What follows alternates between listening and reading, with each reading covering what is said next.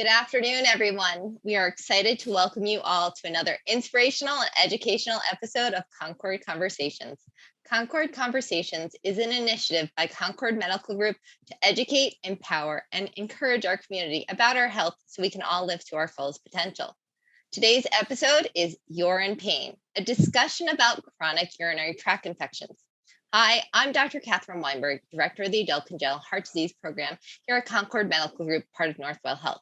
And today we are joined by outstanding colleagues from Lenox Hill, Northwell Health, and faculty of the Zucker School of Medicine at Hofstra University. Both are board-certified physicians in female pelvic medicine and reconstructive surgery.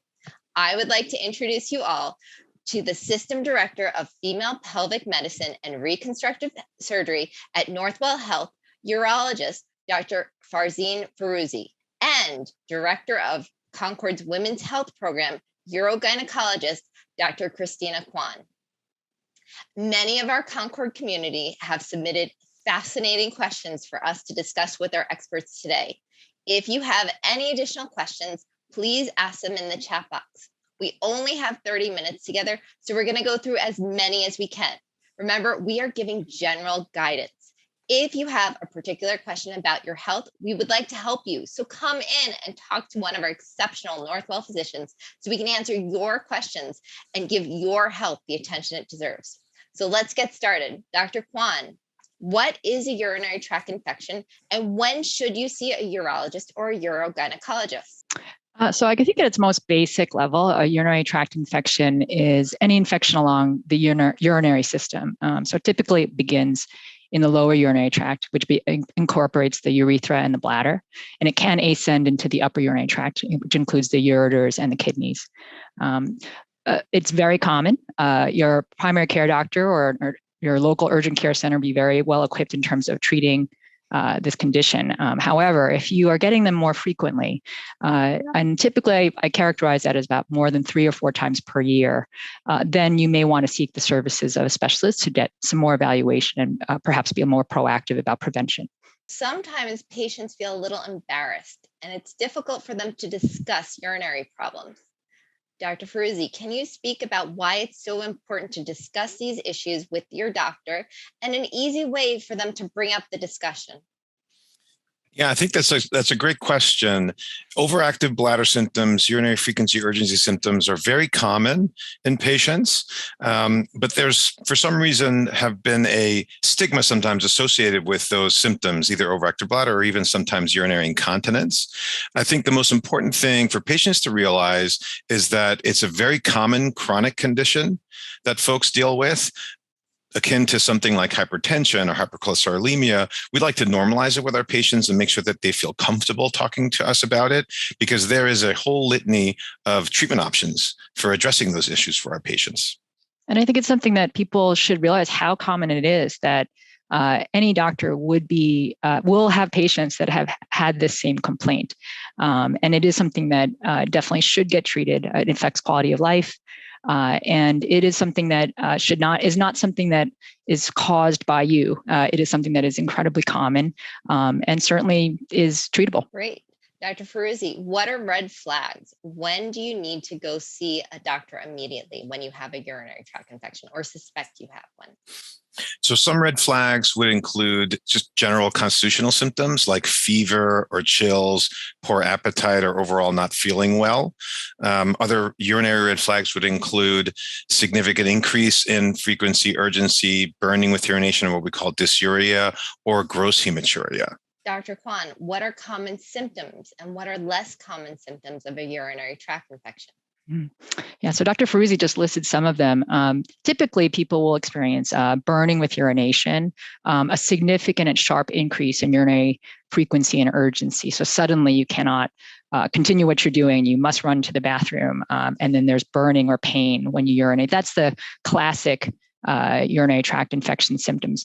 Not always the infection doesn't always read the textbook. So sometimes they're going to be a little bit more subtle. It can be challenging sometimes differentiate just when the bladder feels uncomfortable from different things and an actual urinary tract infection.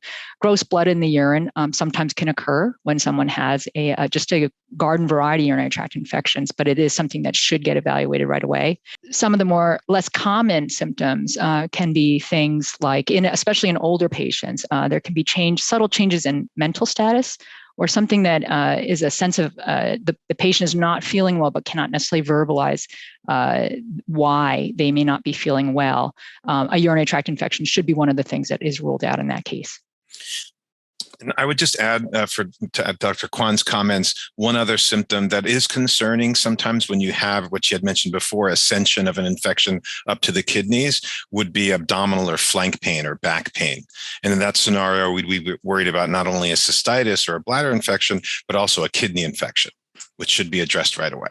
Okay, Dr. Firoozi, patients commonly complain of urinary urgency and frequency. How do you know if these symptoms are from a UTI or something else? So that's very common. And with both men and women, overactive bladder symptoms can mimic urinary tract infection symptoms. So those include in women, for example, urinary frequency urgency. The main sort of differentiator between those two diagnoses would be a urinalysis and a urine culture. And that would show us whether or not there's an infection present and if that infection is causing those irritative symptoms. Men also get UTIs, not nearly as common as women do, but they can also have urgency frequency symptoms associated with the UTI and sometimes even obstructive symptoms. And that's mainly because of the prostate, which women obviously do not have. So that's the main differentiator between that symptom complex, more of those obstructive symptoms. So that's also something we try to differentiate between a urinary tract infection and more irritative or obstructive urinary symptoms. I will add that urine culture, while that is really the way we can diagnose a urinary tract infection, it is perfectly reasonable to be treated by, say, a primary care doctor initially with just empiric or just given antibiotics. However, the urine culture is really the only way we know whether or not we're treating the infection appropriately. And sometimes there are other symptoms such as vaginitis, or just irritative vaginal skin changes that can cause discomfort with urination.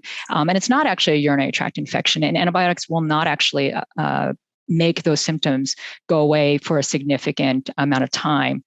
So a urine culture then becomes really essential, especially if somebody is repeatedly being treated for suspected urinary tract infection. That's the only way we're going to know whether or not that is truly what is going on. So urinary tract infections are very common in women, but Dr. Firoozi, can you touch a little bit upon how often you see urinary tract infection in men? So you're absolutely right. Urinary tract infection in men is not nearly as common as it is in women, but when we do see it in men, one of the more common presentations would be a prostatitis, which is an infection of the prostate gland, which is obviously within the urinary tract. The prostatitis does present with symptoms that are sometimes similar, which would include urinary frequency and urgency, but also frequently pain with urination and also sometimes difficulty urinating because of an inflamed prostate obstructing the bladder, not allowing it to empty as well. The treatment is also slightly different, whereas in a woman, as you mentioned before, typically between 3 to 7 days of an antibiotic course. In men who have prostatitis, it's a several-week course typically in order to eradicate every last bacteria that's caught within those little nooks and crannies of the prostate. Dr. Kwon, can you talk a little bit about when you need to be treated with antibiotics? Do you always need to be treated for a UTI with antibiotics? If someone is presenting with symptoms and we obtain the culture and it comes back positive, even if the symptoms have started to diminish, at that point, we will give antibiotics since there is an objective reason why someone is having the cause of the symptoms they once had. So we will treat with antibiotics. Typical course would be 3 to 7 days of the usual antibiotics that we use to treat urinary tract infections. There are some situations, however, that we don't necessarily. So if Dr. Firoozi, would you like to speak about that? Yeah, so one of the common things we sometimes see when patients come to see us in the office is it diagnoses our condition we refer to as asymptomatic bacteria. So that's bacteria that's found in the urine, sometimes incidentally. And the primary care doctor or the referring physician wants some input as to what to do with that. And patients also sometimes get confused, and it's slightly nuanced in that regard. If you're a patient and you know that you have bacteria in your urine, the initial instinct is, oh, well, bacteria needs, antibiotics need to be given to treat that bacteria. But we know, and literature supports this, that in patients with asymptomatic bacteria, so bacteria present in the urine with the lack of symptoms, they don't necessarily need to be treated. And I will also add that there's sort of a movement away from just testing the urine just because. And it really makes much more sense if someone is having symptoms to send that urine. And we often will end up with these cases of asymptomatic bacteria when cultures or testing is done when there were actually not any symptoms that we were looking for. And then we're sort of stuck. Do we treat what the test is indicating, or do we treat the lack of symptoms or not treat because of the lack of symptoms? And it becomes confusing. So really the test should be ordered when there's indication to send the test. And that comes in line also, and I know Dr. Kwon strongly agrees with this, is sort of the idea of antibiotic stewardship, being conservative and judicious about the use of antibiotics. And patients, I have to say, really appreciate that. Dr. Kwon, what are the most common causes of urinary tract infections? So given that this is such a common issue to begin with, one of the most common precipitators, especially in women, is having intercourse. So intercourse often is what brings on urinary tract infections for a lot of women. And it comes from the fact that our own flora is where the organisms that cause the common urinary tract infections originate from. So if you have the lush ecosystem of the vagina and there's different bacterial species, the external urethra has those bacterial species on that. And we don't have much of a physical barrier. There's only about a 3-centimeter barrier from where that bacteria naturally lives and the relative sterile environment of the bladder. And then intercourse is this activity that can just sort of push the bacteria or introduce it into the relative sterile environment of the bladder. We tend to have intercourse at nighttime, and then we go to sleep. And then we have this lovely little incubator for any bacteria that may have been introduced. And that tends to be where that urinary tract infection first can come about. So that's one common cause of why people will get a very frequent precipitator for urinary tract infections. I also find that when there is a little bit of dehydration, so travel, I think, often is another thing that will cause people to have urinary tract or associated with urinary tract infections. And I think it has a lot to do with the fact that we fluid restrict when we travel. We don't pee as often, or our intake patterns are different. And that tends to be also another fairly common cause of urinary tract infections. I would just add to that also a demographic of patients that we see quite often are postmenopausal women. In that postmenopausal phase, there are certain hormonal changes that actually can change the pH of the vagina and the overall microbiome of the vagina. And in doing that, upsetting that balance can put them at risk for developing urinary tract infections. Can you expand on that? What can you do to prevent them, Dr. Firoozi? So one of the things we recommend for appropriate patients, for those who have these postmenopausal UTI issues, is adding estrogen cream to the vagina to reestablish that normal microbiome from the past in order to reduce their risk of having infections. That has to do with altering the pH of the vagina. Yeah, and I'll add to that you don't necessarily have to feel dryness in order to benefit from the effects of the estrogen cream.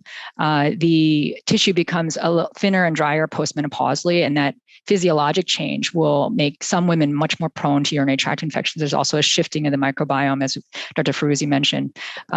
So these are the things that we're trying to change or alter by the use of the local estrogen cream. If somebody is having recurrent urinary tract infections, especially if they're related to intercourse, something that we will use is to take a low dose of nitrofurantoin, a 50 milligram immediate release tablet, and that's taken right before intercourse, or afterwards, but right before you fall asleep is really the way I instruct patients to take it. So it doesn't really matter about timing. I didn't take it fast enough or beforehand. You want to get it on board before you fall asleep. And that allows that the incubator of your bladder is not going to be as hospitable for the growth of the whatever bacteria that might have been introduced. So that's one of the tools that we'll use.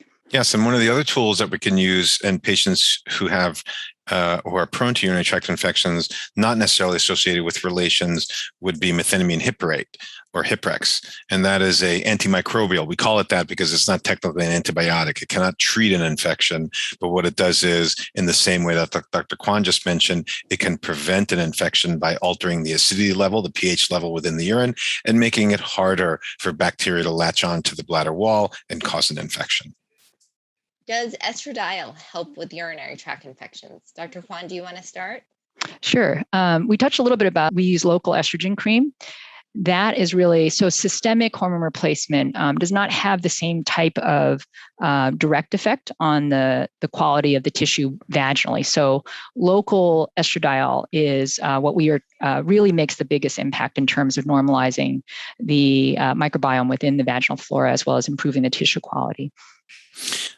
And I would just add, sort of dovetailing with that in terms of symptoms, and probably a common thing that women will end up seeing their physicians for, and so they understand the difference. Sometimes women will come in with vaginal burning or burning sensations, sometimes associated with urination. That's not necessarily representative of a urinary tract infection, but really secondary to atrophic vaginitis or vaginal atrophy from that lack of estrogen. So that's one of the things also that we can end up treating with vaginal estrogen creams. And a lot of times those vaginal burning sensation that's sometimes associated with voiding, which is not an infection, can respond well to local estrogen therapy. Dr. Kwon, does cranberry juice or D-mannose prevent or treat UTIs? Not necessarily treat. However, for some people, they find that these agents work very well. So there is there's a little downside to trying them out. And some people will actually find they have significant benefit. Other people will find cranberry does not work very well for them. D-mannose is probably a little bit more reliable in terms of potentially providing some benefit. Again, though, each person has to see whether or not it makes a difference for them, and then consistently use this product if they do find that it makes a difference over time. Oh, there's a question in the chat box. What is D-mannose? Dr. Kwon, do you want to speak about that? So D-mannose is it's a supplement that's taken that encourages water or fluid to be drawn into the tubules. And so it increases circulation. That's the way I like to think about how D-mannose helps to work. It improves the flushing of the system as it sort of encourages that water to be drawn into the tubules. And so that is how the mechanism, how it can be helpful for some people in terms of their UTI prevention. It's about flushing out the system, really. How important is drinking water to prevent a urinary tract infection? Does drinking a lot of water help? Well, I think it makes us pee more. Okay. And I think that goes back to the travel and why some people always get them when they do travel, because they're fluid restricting, trying not to use weird bathrooms and things. And then also at nighttime, we're not peeing as often. So that tends to be another reason why the intercourse at night often will be then associated with urinary tract infections. So, Dr. Firoozi, how are kidney stones and urinary tract infections related? Yeah, that's a great question. So kidney stones themselves can be a nidus for bacteria. Once those bacteria get within those little interstices of the stones themselves, they can harbor that infection and then create either a pyelonephritis or a simple bladder cystitis. So frequently with large enough stones, one of the treatment options for patients with those stones with recurrent UTIs is to eradicate the stone itself, and then as a result, hopefully eradicate those recurrent UTIs. Are there medical conditions which can predispose someone to developing a urinary tract infection? Dr. Firoozi. Yes, there are a few. One of the things that we get concerned about with patients is incomplete bladder emptying or urinary retention. So the same idea of that incubator that Dr. Kwon so aptly put before, if you have the static urine that's sitting inside the bladder, that's a breeding ground for bacteria to multiply and create an infection. And there are certain conditions that cause incomplete bladder emptying. Those include pelvic organ prolapse in women, where there's a physical anatomical blockage of the bladder from emptying. There are certain neurological conditions that we see, such as multiple sclerosis and Parkinson's disease, that can affect bladder emptying, and also other endocrinological issues like diabetes that can cause incomplete bladder emptying. Yeah, there are certain, especially with diabetics, there are certain medications that really can elevate that risk. And just because someone takes that medication doesn't mean that they're going to get urinary tract infections. And ultimately, better diabetic control is truly what's going to help reduce that person's individual risk if they are diabetic. I will also mention that some women over time, especially in our older population, their bladders just get used to holding on to more urine. And I think, Dr. Firoozi, you the other night, you said it's termed the underactive bladder sometimes. And just over time, if someone has held lots of urine, they sometimes will start to develop that issue. However, that's a little bit less common. Okay, Dr. Kwon, are yeast infections and UTIs related? Yeah, they are related in that it is they're both markers of that the microbiome within the vagina is upset or offset, I should say. So I typically will say it's a lush ecosystem. The good bacteria is typically what predominates within that ecosystem. But if that predominance is shifted or lost, then different things will take advantage of the opportunity to overgrow. So yeast is one of the most common things that will take advantage of that opportunity. Different bacterial species will also start to take advantage of that opportunity. And then those bacteria are typically the ones that will cause urinary tract infections in a common way. So we see them, several organisms over and over again as the most common players, or the ones that isolate on urine cultures. And oftentimes there's just shifting in this balance. Then you take antibiotics, it keeps the balance shifted, and then we start to get into these recurrent patterns. So they are related in that they both are markers of a shifted microbiome. And those are the things that we are trying to help improve to prevent the recurrence of the UTIs going forward. Okay, great. Well, here's our last question. If you had one action step to recommend to our viewers to improve their health and start today, what would it be? I can start. So this is apropos this conversation, and it really is, my action step is to encourage patients to talk to their doctors about their bladder issues. Both Dr. Kwon and I sort of separately have gotten on our soapboxes and advocating for our patients. But I think what's most important is for the patients to advocate for themselves, and just to realize, again, this is such a common issue, and it's so deeply impactful in terms of quality of life. One of the things patients will sometimes say when they come in to see me is, well, I just thought this is the normal part of aging. And while it may be associated with aging, there's nothing normal about it. And it's certainly something that we have plenty of options within our armamentarium to treat. Again, from the whole spectrum of overactive bladder symptoms to UTIs, to recurrent UTIs, to pelvic floor disorders, all those issues being so common, we want our patients to feel comfortable to talk to us about it. That's a great suggestion. Yeah. I think if I had to say one thing that that people could act upon is I would encourage probiotic intake in your food and beverage choices. And we talked a little bit about the vaginal microbiome, and you really do want to think about it as a lush ecosystem, and you want to provide your body plenty of the resource of the good bacteria so that you have proper predominance of that within there. Every culture just around the world pretty much has some sort of fermented food product that their grandmothers were like, eat this for digestion. And what they knew before we knew what there was they had probiotic qualities within those food and beverage choices. I typically also will encourage it in the food and beverage choices. There's nothing wrong with supplements, but if we're not thinking about our food and beverage as the primary way that our body gets these resources, then we're not quite thinking about our food and beverage quite the way we should. The supplement can then supplement what we're trying to add in terms of that. So some typical examples would be like yogurt, kefir, kombucha, sauerkraut, kimchi, miso. So there's lots of different types of things. It's not just dairy products. That I get that question a lot. I'm lactose intolerant. I can't have yogurt. How can I get probiotics? Well, there's plenty of other choices. And that's what I would very much recommend, that people think about their ecosystems, their microbiomes, and to think about they need to give their body that resource to try to improve the balance, the natural balances.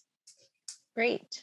Well, thank you all for joining us for another inspirational and educational episode of Concorde Conversations. A very special thank you to Dr. Firoozi and Dr. Kwon for joining our conversation. We appreciate their expertise to educate, encourage, and empower our community.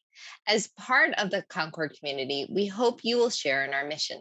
Please pass along our emails and webinar links to your friends and family. In addition, please like and subscribe to our YouTube channel. We know many of you have additional questions. We want to help you, so come in and speak to our extraordinary Northwell physicians about your health. We care about your health. We care about you. Thank you so much.